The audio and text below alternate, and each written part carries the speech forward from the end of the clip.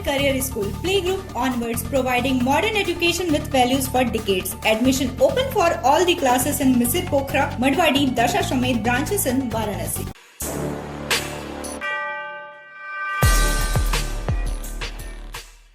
अनुमति सिर्फ ये दी गई थी कि अगर किसी धार्मिक स्थल पे कोई उस धार्मिक स्थल के अंदर ही रहता है, वो अपना पूजा पाठ इबादत करता रहेगा।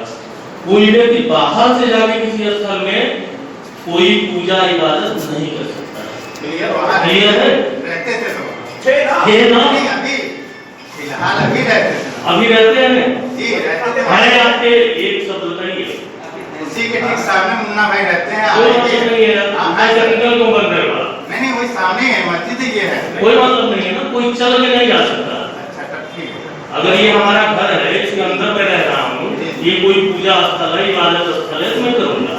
ये नहीं मैं सामने रहता हूँ तो हो जाऊंगा, इसमें करूंगा जाऊंगा, ये नहीं है। ठीक, इसलिए कंफ्यूजन मत रही है।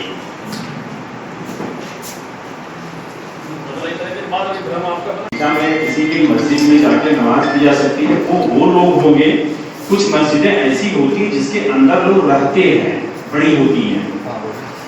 ऐसी मस्जिदें हमारे शहर में तो 3 हैं, जिसके अंदर कुछ परिवार रहते हैं। एक परिवार, एक में 2 परिवार रहता है, एक में अकेले रहते हैं। तो ऐसी सिचुएशन में वो बाहर न जाकर के वो वहीं पे नमाज पढ़ लेंगे, मस्जिद की देखभाल करेंगे अपना। वो अंदर जो रहते हैं, ये बातें उसमें हुई थी।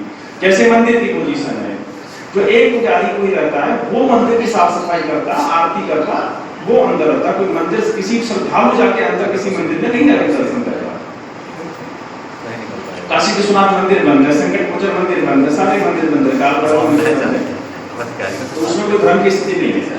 आगे आने वाले जो हमारे त्योहार हैं, जिसमें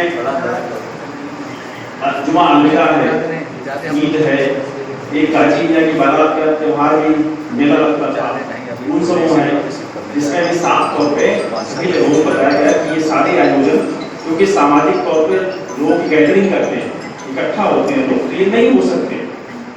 जब आपको खुद ही लग रहा है कि इस हाल में बैठे हैं आप, तब भी घने हो गए हैं, तो मेला आयोजन कैसे हो सकता है?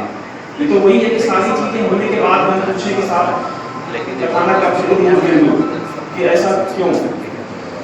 जब हम जान रहे हैं, समझ रहे हैं कि एक ऐसी बीमारी है जो अभी तक लाइलाज पोजीशन में है, जिसका एक ही चीज समझ में आया है दुनिया भर को कि अभी हम इसको डिस्टेंस से दूर रह करके थोड़ा सा उसे बच सकते हैं। जीवन के लिए पहले तो जीवन हमारा सुरक्षित रहे, आम आवाम में अमन चैन रहे, स्वस्थ रहे लोग, तब ये चीजें हो सकती हैं। तो इस बार ये समस्या सिर्फ सिंहपुर की, बनारस की, उत्तर प्रदेश की, अपने देश की नहीं है, ये पूरे दुनिया के सामने संकट की घड़ी है। ढेर सारी चीजें आप देख रहे हैं तो नहीं हो पा रही, तमाम आयोजन कट कर दिए गए, चर्च बंद रही ईस्टर में, गुड फ्राइडे में। हनुमान ध्वजा यात्रा इतनी बड़ी निकलती थी, 1.5 लाख की, कि भिखारीपुर से संकट मोचन मंदिर तक आयोजन ही नहीं हुआ, उन्होंने पहल ही नहीं की, खुद ही बंद कर दिया। पूरे नवरात्र में सारे मंदिर बंद रहे, कोई नहीं हुआ। ये ऐसा अवसर है कि हमें थोड़ी बीमारी, मतलब इतने नादान बनना भी ठीक नहीं है। तो इन चीजों की बार बार अपने परिवार में, बच्चों से, दोस्तों में, रिश्तेदारों में, सामाजिक तौर पे, क्योंकि आप सब जो आए हैं एक सामाजिक सरोकार है, चाहे तो वो उसके साथ जीते हैं। तो लोगों को ये बातें जरूर जहां भी हो उनको कहते रहिए, भाई इस बार का जुमा अलविदा हम लोग का ऐसे करना है, नहीं करना है। हमारे सिया हजरात का 21वीं रमजान को रोशीपुरा से उन्होंने बहुत पहले ही पहल करके तय कर दिया था, संभव नहीं है। इस सारे आयोजन, चाहे वो निजी हैं चाहे वो सार्वजनिक हैं, कट किए गए, क्योंकि एक ऐसी बीमारी है जिसका इलाज नहीं है। सिर्फ एक ही लग रहा है कि हम इससे बच सकते हैं, क्योंकि कोरोना किसी के घर चल के नहीं आ रहा, हर कोई जाके उसको ले आ रहा है और अपनी गलतियों से ले आ रहा है। अब कई स्टेट बीच में आए, उधर कुछ लोग इन्फेक्टेड होकर बाहर से आए थे, जिनकी वजह से शहर में एक बार नौबत आई कि लगा बहुत फैल रहा, थोड़ा वो सेटल्ड हुआ। फिर कुछ लोग इधर दिल्ली वजह से अपने इलाज वगैरह के चक्कर में गए, उनसे कुछ इन्फेक्शन आया, फिर कुछ हमारे मजदूर भाई जो बाहर थे वो घर की तरफ हैं, उनके थ्रू आ रहा है। तो 2-3 चीजों पर ध्यान देने के लिए मोहल्ला समितियां बनी हुई हैं, उनको ये जिम्मेदारी दी गई है कि जो लोग आ रहे हैं वो 14 दिन तक अपने ही घर में सेपरेट तरीके से क्वारंटाइन करें। रास्ते वो इन्फेक्टेड होके आए होंगे तो अदरवाइज 14 दिन बीतने के बाद वो सिम्टम्स नहीं आते हैं फिर वो भी फ्री है। तो जरा इस पे भी ध्यान रखिएगा। उसे पैनिक होने चिल्लाने की जरूरत नहीं है, अगर लगता है कोई लापरवाही कर रहा तो उसे गाइड करना पड़ेगा। अभी कल ही जनपद में 15 लोग खिलाफ मुकदमा लिखना पड़ा, कुछ लोग लापरवाही करने के आप क्या जेल में है, क्योंकि किसी को हक नहीं है कि वो दूसरे के किसी के जीवन को, सामाजिक जीवन को डिस्टर्ब करेगा।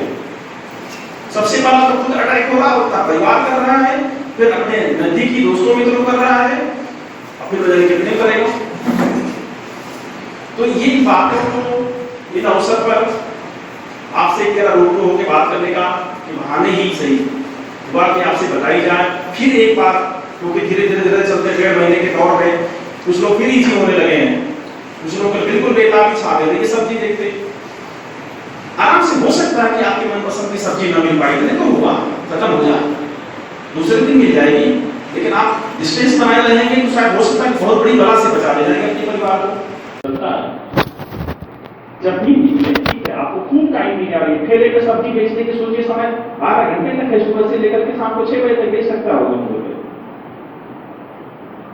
2 बजे तक सभी दुकानें खुली हुई हैं, जितनी जरूरत के सामान है आपकी मोबाइल की बन सकती है, मोबाइल की गई।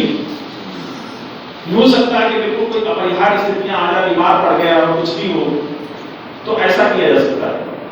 देखो उसका ये मतलब नहीं कि क्यों बैठ के 2 लोग घूमने निकल पड़ेंगे, तो आपसे औचित्य पूछा जाएगा, आप अनावश्यक घूमते मिलेंगे, कार्रवाई भी होगी।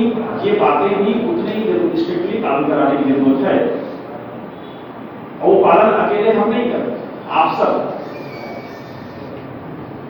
उसमें सरोकार होकर अपना देना पड़ेगा, और दिया भी आप लोगों ने बहुत अच्छा अभी तक।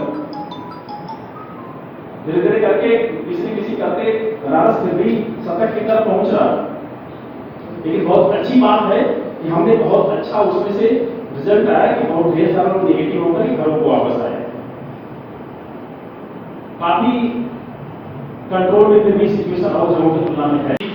हम लोग बीच में फिर मिलेंगे और उम्मीद करते हैं कि हम सभी लोग मिलकर इस क्षेत्र को इस बीमारी से यथासंभव दूर रखने का प्रयास करेंगे। धन्यवाद। किस तरह की ये बैठक थी और क्या कुछ महत्वपूर्ण दिशा निर्देश नागरिकों को दिए गए आते हैं? ये हमारे थाना क्षेत्र के जो संभ्रांत व्यक्ति हैं, पीस कमेटी के मेंबर्स हैं, उनकी मीटिंग थी। इसमें हमारे आने वाले जो हमारे त्यौहार हैं, वो चाहे वो जुमा अलविदा का है, वो ईद का है, और गाजी मियाँ की एक बारात करके जिस शहर में कई आयोजन होते हैं, उसको दृष्टिगत लोगों को बताया गया था।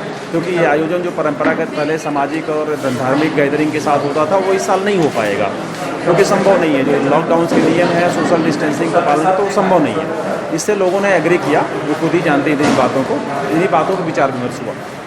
सर क्या कुछ भ्रम अभी तक था, उस भ्रम को आपने दूर किया? नहीं, कोई भ्रम की स्थिति भी नहीं थी इनके पास, लोग जानते थे कि ये संभव नहीं था। एक था कि उसे फिर से रिवाइज किया जाए, इनसे साथ बात किया जाए, और भी जो उसके अलावा इशूज़ हों थाना क्षेत्र के, उन पर भी बातें हों। सर बावजूद इसके अगर नियमों की अनदेखी करते कोई पाया गया तो किस तरह की कार्रवाई हो रही है? और सख्त कार्रवाई हो रही, जो भी नियमों को अनदेखी करते पाया जाएगा उसके खिलाफ FIR होगी, तो जेल जाएगा।